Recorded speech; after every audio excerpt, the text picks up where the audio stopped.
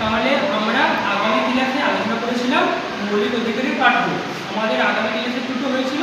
আজ আমরা পড়ব শোষণের বিরুদ্ধে অধিকার। এটা একটা গুরুত্বপূর্ণ মৌলিক অধিকার। তাহলে আমরা প্রথমে জানলাম শোষণ কি। তাহলে শোষণ বলতে আমরা কি বুঝি? কোনো ব্যক্তিকে বা কোনো মানুষকে জোরপূর্বক খাটানো বা অধিকার কেড়ে নেওয়া জোর করে, এটা হচ্ছে শোষণের বিরুদ্ধে অধিকার। এটা একটা গুরুত্বপূর্ণ মৌলিক অধিকার। নেক্সট, তাহলে আজকে আমরা প্রথমে নেক্সট দেখো শোষণের বিরুদ্ধে অধিকার কি। এটা একটা গুরুত্বপূর্ণ অধিকার, যেটা কি হচ্ছে মানুষের স্বাধীনতা মর্যাদাকে কেড়ে নিয়েছে জোর করে। নেক্সট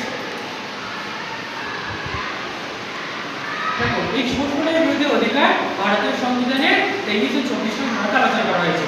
প্রথমে যদি আমরা দেখি আর্টিকেল 23 নং ধারাতে কি আছে।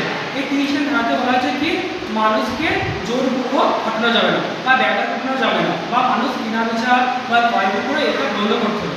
এটা ভারতীয় সংবিধানের একটি গুরুত্বপূর্ণ মৌলিক অধিকার। ধরুন হচ্ছে কি মানুষ বিনা বিচার বলতে কি নারী স্ত্রী পুরুষকে কি করা হতো, মানে কিছু মূল্য হিসেবে ব্যবহার করা হতো, এটাকে বন্ধ করতে হবে। যেমন হচ্ছে কি কোনো দেশ কথা জৈব বৃত্তি, ঠিক আছে, এটা করা হতো। এটা ভারতীয় সংবিধানে একটা গুরুত্বপূর্ণ কি অপরাধ, হ্যাঁ, দেশের ধারা দিয়ে বন্ধ করতে হবে। তারপরে যদি আমরা যাই আর্টিকেল 24। নেক্সট আর্টিকেল 24 কি বলা হয়েছিল?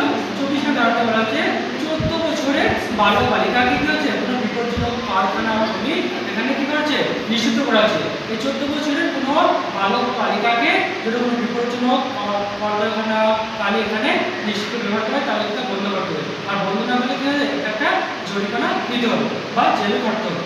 তারপরে যেটা বলা যায় গুরুত্ব, এটাকে যদি এই মানব পাচার বা বেকার কাটানো বা বিপজ্জনক কাজে যদি নিষিদ্ধ করা হয় তাহলে কি হবে, মানব মর্যাদা পাবে এবং হচ্ছে মানুষ আগামী দিনে কি হচ্ছে তার শিক্ষিত হয়ে তাদের একটা মানবাধিকারে পরিণত হবে। তারপরে যদি আমরা যাই বা আত্মসমর্থন, অনেক